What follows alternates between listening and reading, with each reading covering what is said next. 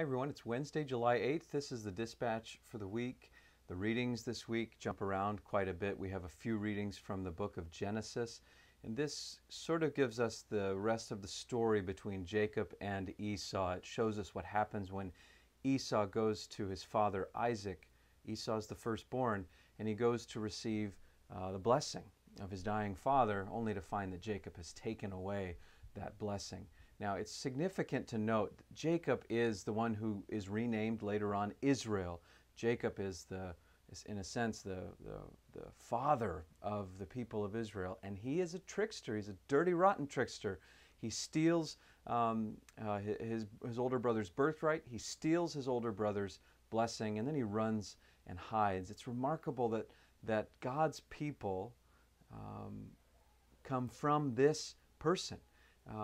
And it tells us a lot about what it means to be the people of God, in that it's not always about being the strongest. It's not always about being the most righteous, that there is a brokenness built into the family of God. And it goes all the way back to Jacob, which is really a remarkable thing. We're not going to spend too much time there. I want to move to Romans. We have a couple of readings from the early parts of the book of Romans. Romans is Paul's letter to the church in Rome.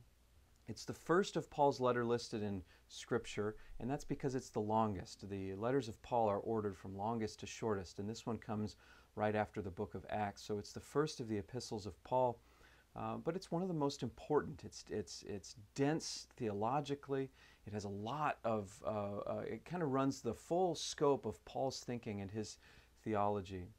But it's very interesting how it begins. In chapter 1, Paul is running through a long litany of the terrible things that the ungodly do. He's describing the ways that they have given up godly behavior, the ways they've given up devotion to God.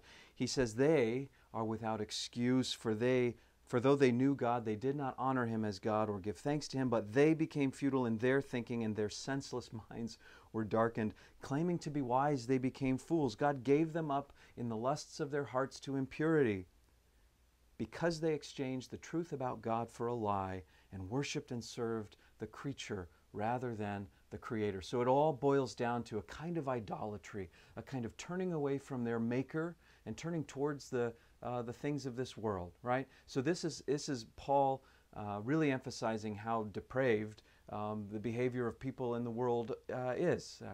These ungodly people, and he uses that word "they" constantly. They do this, they have given up, they have turned, and so forth. And these are comforting words for the righteous like us, right? To hear about all the bad things that they over there are doing. We then become outraged at their behavior, and we feel confident in the righteousness of our behavior. We feel that way because Paul wants us to feel that way.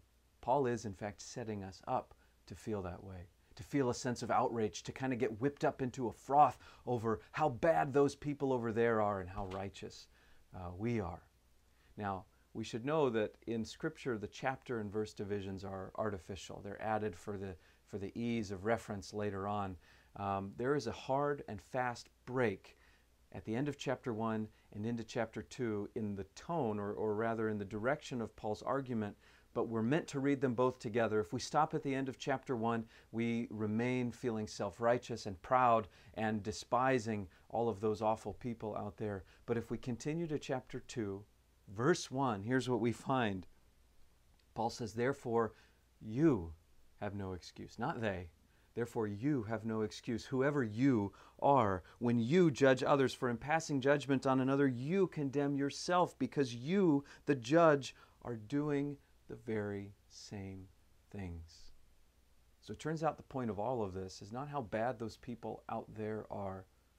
The point of all of this is our tendency to feel too righteous, our tendency to judge those others when we are doing the very same things, when we ourselves are turning away from the Creator and focusing instead on the creature. We have no excuse. That is the point that Paul here is making. Paul goes on to emphasize that God shows no partiality. Just because you're a Jew, or in our case, just because you're a Christian, doesn't mean you get the benefit of the doubt, while these others who are not Christians or not Jews do not. He says, when Gentiles who do not possess the law do instinctively what the law requires. These, though not having the law, are a law to themselves. This is from the King James Version, a law unto themselves. We know that expression. Usually now it means people who don't abide by the law, right? They write their own rules. But here Paul is saying that even though they don't know the law, they're abiding by it. Even though they're Gentiles, they are pleasing God by their behavior. He says there will be anguish and distress for anyone who does evil, first the Jew and also the Greek. And there will be glory and honor and peace for everyone who does good, the Jew first and also the Greek.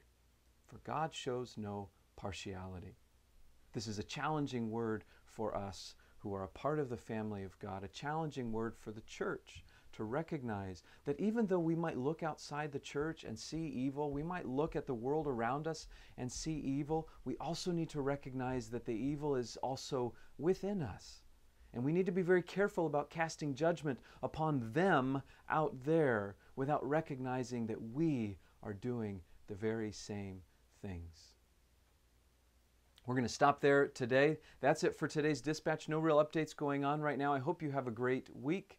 We'll see you Sunday. We'll see you back here next Wednesday. Have a good day.